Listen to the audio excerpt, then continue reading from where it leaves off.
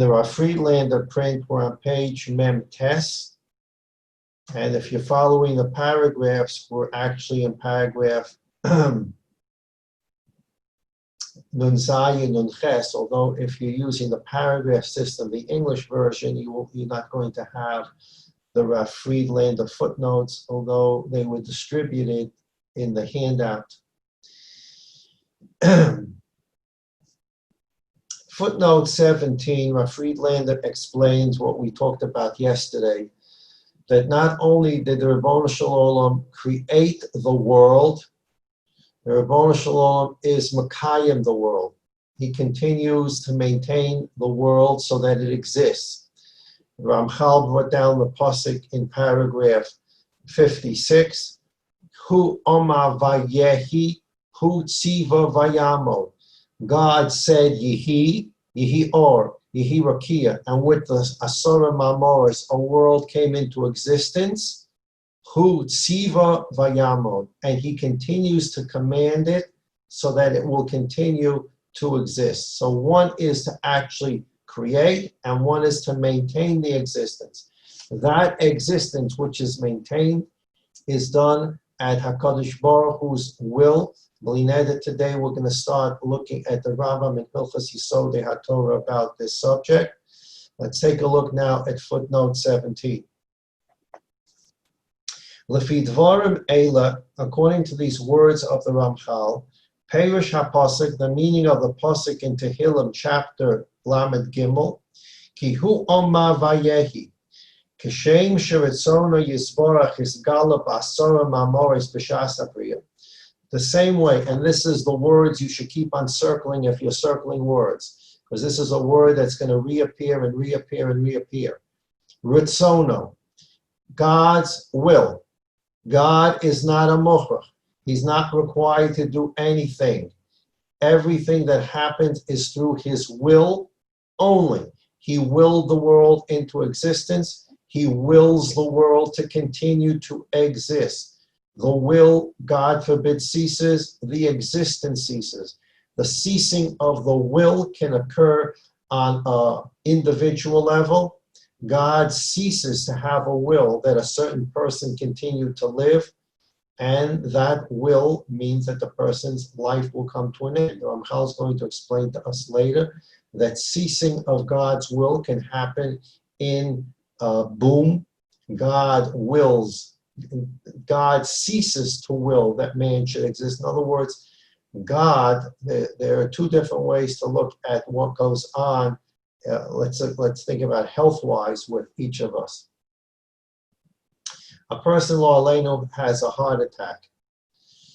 People say God sent him a heart attack. God didn't send anyone a heart attack.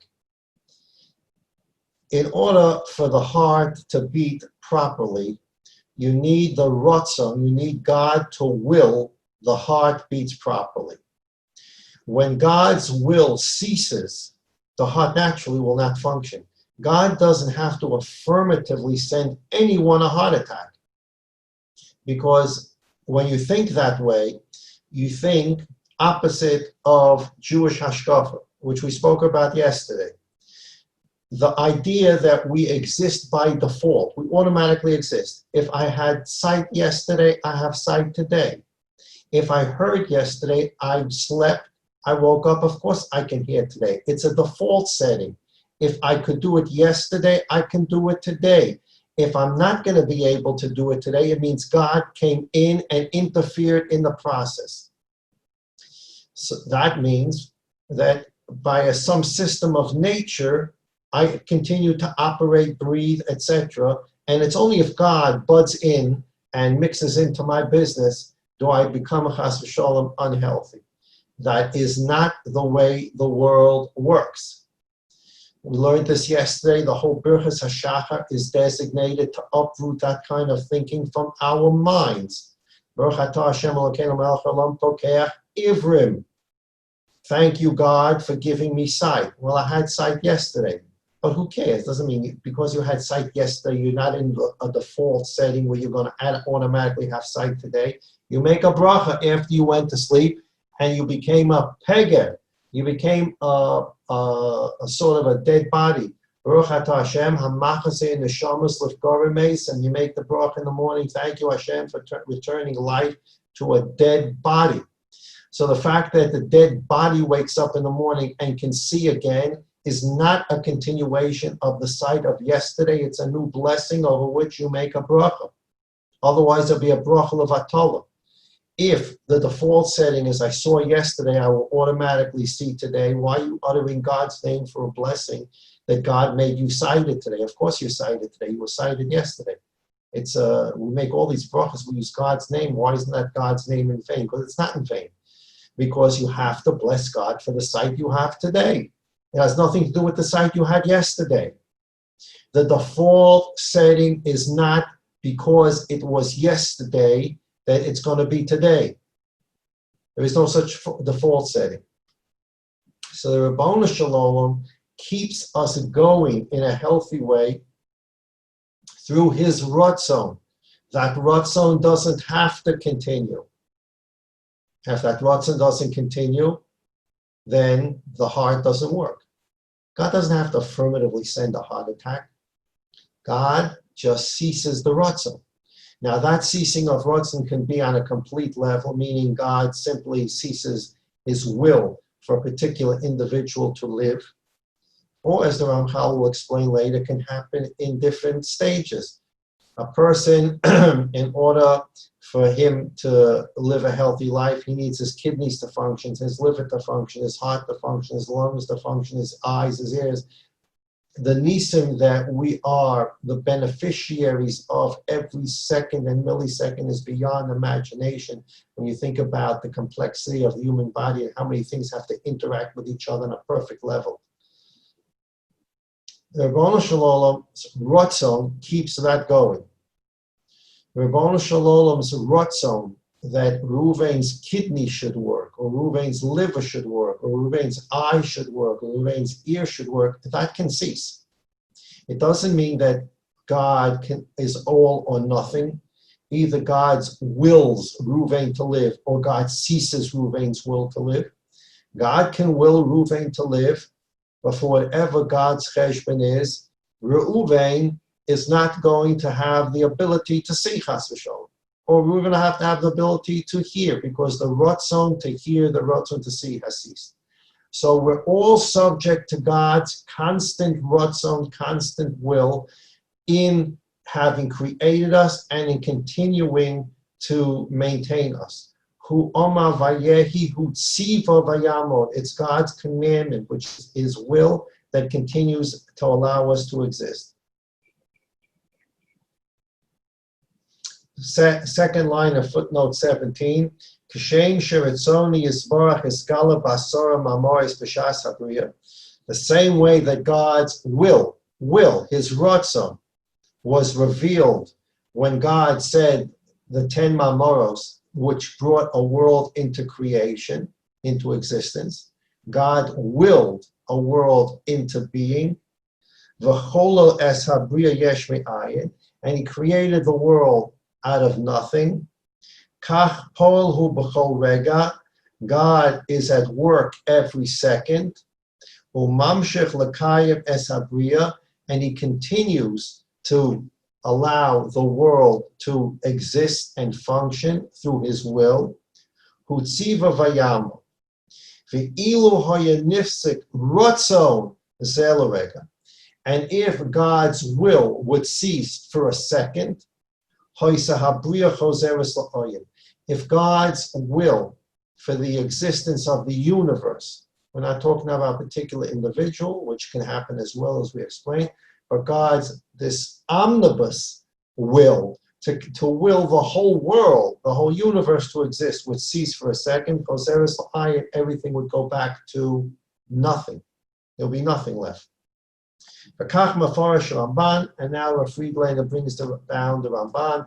When you read the Psukim in Bereshis, it says, Vayomer Elokim, for example, Vayomer Elokim Yehi Or, God said, or God willed, that there shall be light. Right now we have a new understanding of Vayomer Elokim Yehi Or. Who is God talking to? Does God talk?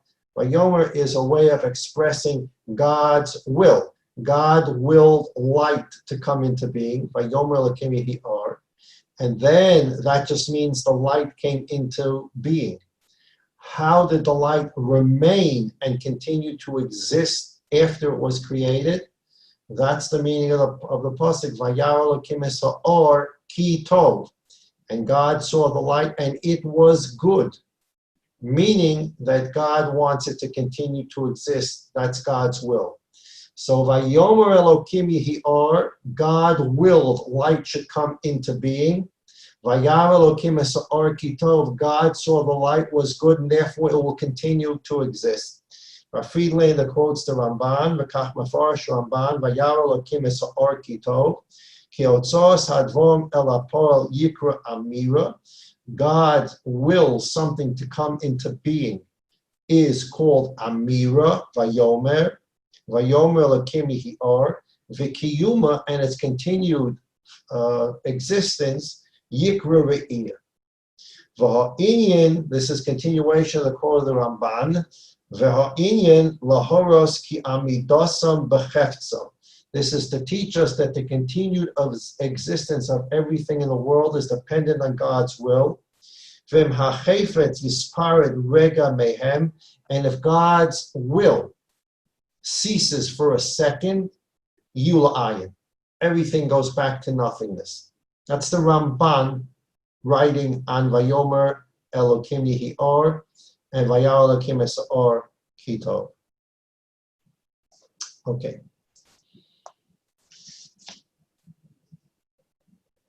In footnote 18, Rav Friedlander again explains that everything that exists is based on Mitzono, God's will. And God's will is not a hefer. He doesn't have to do anything. He can do what he wants. That's his will. I can do what I want, when I want, how I want. He's not mukhrach in any which way. He's not dependent on anything. He is his self-independent existence that depends on nothing, and his will depends on nothing. It is an absolute free will that can do anything, anytime, anywhere, without any consequences to the Rabbeinu Shalom. And there's nothing in the world that's like that. Okay.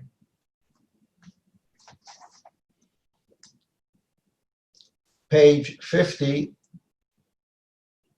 We read this yesterday at the top of page 50. I'm only going to read for right now the middle of page 50, Rav Friedlander's caption, which is in the middle of paragraph 58. Ritzono, God's will, no say mokom, gives place. Remember the Ramchal told us he's going to discuss the Medrash. The Medrash says that HaKadosh Baruch Hu, the Rebbeinu Shalom, is makomo shel olam. He is the place of the world. Ve'ein ha'olam makomo, but the world is not his place. What is this concept of place? Makom. We say, Lo Aleinu or Menachem Ob, we say Hamakom Yenachem Eschem, referring to God. God sometimes is referred to as Makom, the place. Why is God referred to as a place? Let's just see the caption in Rav Friedlander. Ritzono no say Makom. God's will is what wills the space in which the world exists, or wills existence. The Ramchal doesn't really have a concept of space in Tzimtzum, as we discussed. God's will gives the quote-unquote place. We're not necessarily talking about space, where a world can exist. Efsharis Metzias Labria, the possibility for the world to exist. Hashem Bilvad Kodem, only God pre-existed everything. And the possibility of creating the universe only comes from his will, not because of anything he had to do. There was no point where God had to create the world. There was nothing that compelled him to create the world. And again, this is a difficult thing to discuss because we have no time as yet. Before God creates the world, creating the world includes creating the concept of time. Before God created the world, there's no time. So we're in a state of some kind of infinity. So we can't talk about, well, before God created the world, this and this and this, because before is a concept of time, and before God created the world is a difficult thing to talk about. At any rate, however we're going to say it in English, when God exists, God's existence, which pre-existed the world, there didn't come a point in time where something happened and God said, oh, I have to create a world now. There's no such event that triggered, oh, I have to create the world now. There's no such event, and God wasn't mukhrach to create the world as a result of such an event. There is no such event. So God is not a mukhrach whatsoever. Let's pause now and take a look at the Rambam, at least begin to take a look at the Rambam.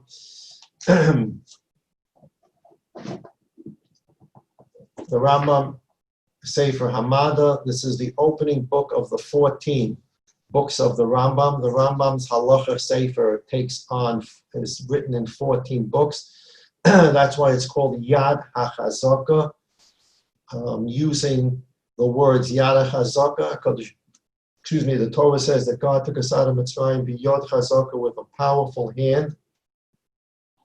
Yad, Yud, Dalid.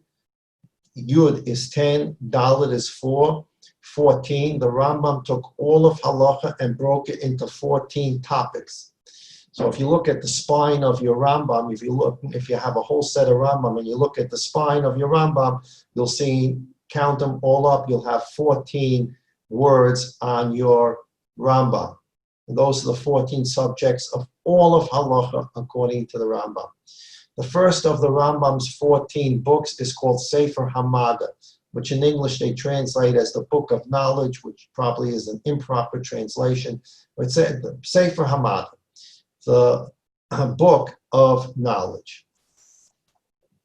The way the Rambam broke down all of halacha in his ingenuity is at the beginning of every book, you have a book called Sefer Hamada, the Book of Knowledge.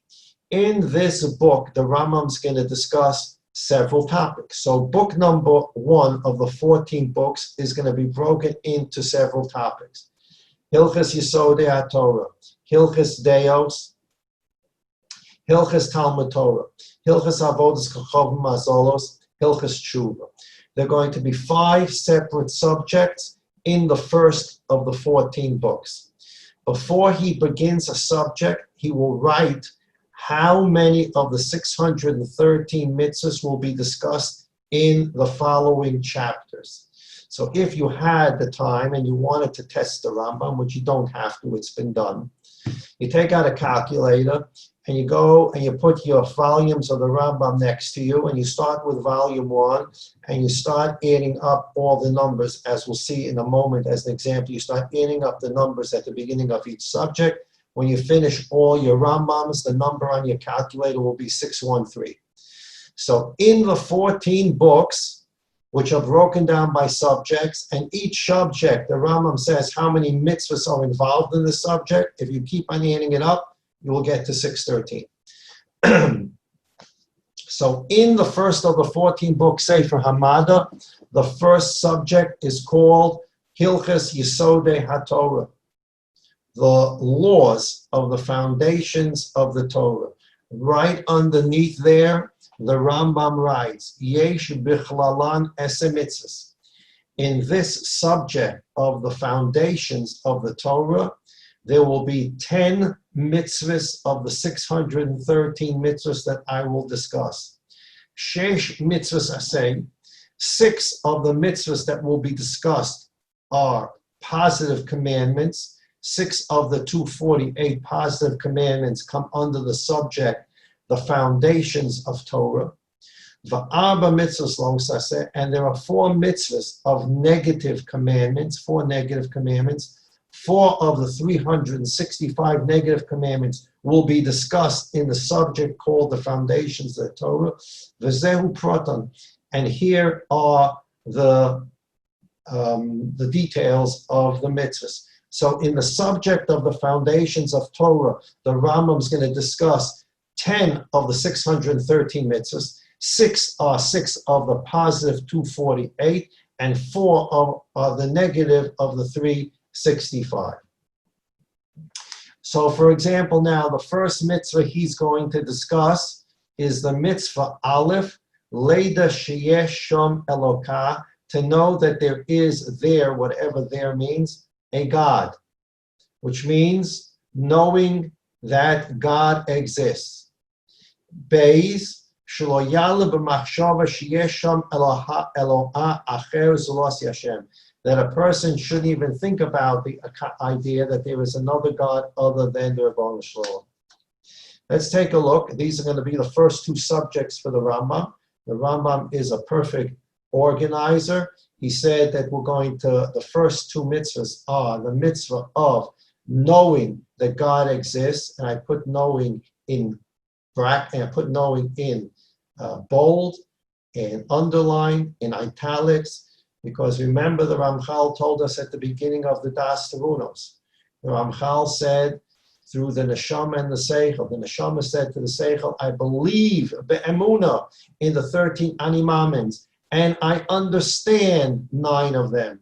But 4 of them, although I believe in 100% as Torah's Moshe, I don't rationally understand them.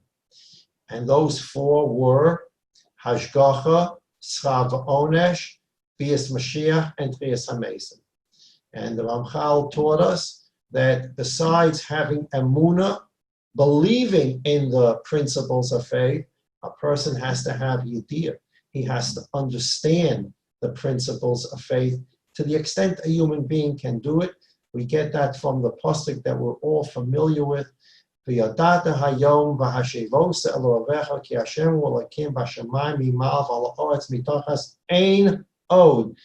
And you shall know, and let it seep down to your heart that God's the only one.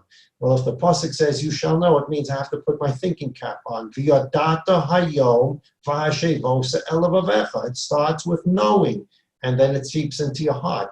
But you need to know these things, such as God exists, and God is the only God in the world. This requires study and analysis to the extent each person can do it. It's not just an emunah, at least according to the lashon that the Rambam uses here.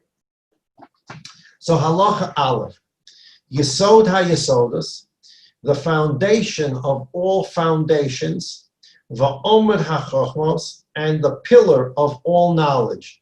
You notice that the printer appropriately put the first 4 letters of the first 4 words in bold. And that's because the first 4 letters of the Rambam's Yad HaChazaka spell Yud, Hey, Vav, K. The Rambam intentionally spelled out God's name in the first 4 words of the Sefer. Yesod, Yud, HaYesodos, Hey, Va'omud, Vav, HaChachmos, Hey. We'll see as we read the Rambam why Yud, K, Vav, K becomes the foundation of the halacha. Yesod HaYesodos V'Omer HaChamos, the foundation of all foundations and the pillar of all knowledge.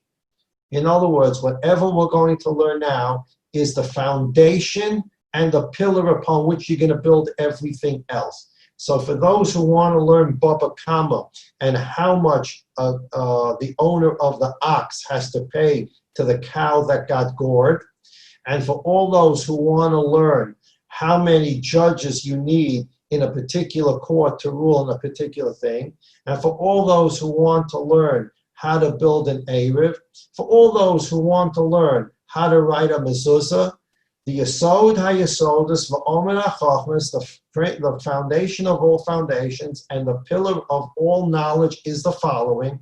And you can go off and learn about your ox and your cow. You can go off and learn about your mezuzah. You can go off and learn about your Erev. You can go off and learn whatever you want, but you may be building castles in the sky. It has no foundation. It has no pillar. In order to learn whatever Torah you're going to learn, you have to build the Torah on a solid foundation with solid pillars. The Rambam, when he started his book of halacha, the very first halachas he decided to talk about were the foundations and the pillars for everything. The Rambam is going to later talk about how to daven. He's going to talk about how to keep Shabbos. He's going to talk about how to keep Taras HaMishpacha. He's going to talk about how to write a Sefer Torah. He's going to talk about everything. But before he talks about anything, he's going to give you a pillar and a foundation upon which you can put the ox and the cow, and you can put the Shabbos, and you can put the Erev, and you can put the mezuzah. If you don't have the foundation and the pillar, you have nothing to have all these things supported by. So the foundation of all foundations, the pillar of all wisdom, Leda, is to know sheyesh sham motzui rishon, that there is a very first existence. In other words, there is something that pre-existed everything. That is a mitzvah. V'hu mamtzi kol nimtza, and this, whatever it is, we call it the Rabbeinu Shalom, created all creation.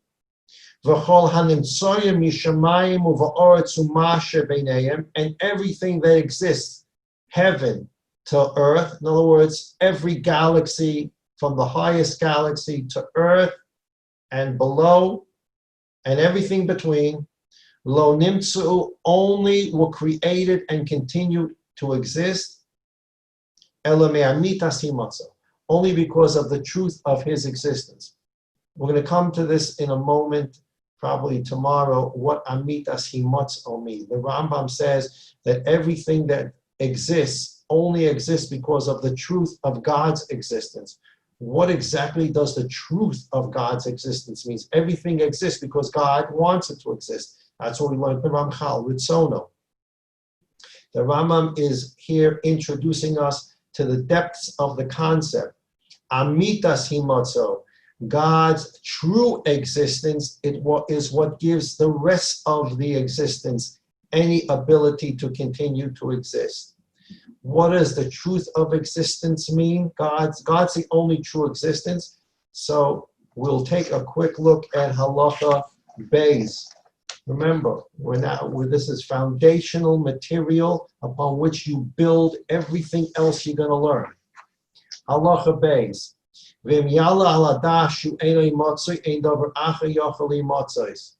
If you close your eyes and you put on your philosopher hat and you decide to ponder the possibility that God doesn't exist, well, if you're a logical, rational philosopher, you will conclude that if God doesn't exist, nothing exists. Everything has just imploded, or everything is now just a figment of the imagination, and you are a figment of your own imagination because you don't exist if God doesn't exist. Gimel, and let's close our eyes again, put on our philosopher hat, and imagine that nothing exists except for God. God exists. There's no Earth, there's no Saturn, there's no Pluto, there's no Milky Way, there's no ants, there's no trees, there's nothing. Nothing exists. Only God. Has God been affected in any which way because nothing exists? The answer is no. If the philosopher hat takes me down the road that God doesn't exist, then nothing exists. If the philosopher's hat takes me down the road where nothing exists except for God, that's a distinct possibility. God pre-existed everything. He existed even when there was no universe, and he can exist if there is no universe. But there's no universe without God. God doesn't cease to exist because the world doesn't exist. Everything that's been created needs him. What does needs him mean? We just filled that in with the Ramchal. Everything that exists needs God's will to continue to exist. God doesn't need the will or the act of any creature for his existence to continue. Therefore, therefore, the truth of God's existence is like no other existence. Everything that exists has an on-off switch on it. At God's will, the switch stays on. At God's will, the switch, God forbid, goes off. And as we said, the switch can go off for an entire life. The switch can go off for sight. The switch can go off for hearing. The switch can go off for the kidney. The person continues to live, but there's no longer Ratzon for Reuven's kidney, chas v'sholom. God's Ratzon is necessary for every intricate detail to continue to exist in this world. Therefore, we're all dependent on him every millisecond for every single component part of us to continue to function. Completely dependent on him. But yet, God is in no way dependent in any way, shape, or form for his existence on anything else. Therefore, God is the only thing that truly exists because he's truly independent of anything else. His existence is not dependent on anything else. Our existence, while we call it an existence, we just say the word existence. But relative to God's true existence, we really don't exist because we are completely dependent on his existence, which can cease at any moment. His Ratzon can cease at any moment. Therefore, God is the only true existence. This is the definition of true existence, Amitas Himatzo. So if you go back to page Aleph and Halacha Aleph, the last words of the Rambam can now be understood a bit better. Everything that exists only exists, the last words on page Aleph, Me'amitas Himatzo. Everything only exists because of God's true existence. God's the only true existence. Everything is dependent on God's will. And therefore, everything that exists depends on God's true existence. God's completely independent existence of everything is what gives life and existence to everything. God depends on nothing, and everything depends on him, and he is the only true existence. And the way things continue to exist is because of his Ratzon, his will. The Ramchal quoted the pasuk, "Hu Amar Vayehi," the pasuk in Tehillim, which we say in Yehi Chavod Hashem La'olam every day. Hu Amar Vayehi, Hu Tziva Vayamot. God said the Vayehi, and creation came into being. Hu Amar Hu Tziva Vayamot. And then he continues to command that it exists every moment in every intricate detail. Every intricate detail depends upon God's will for that continued existence, whether it's the human being as a whole, a component part of the human being, etc., the whole universe, every event.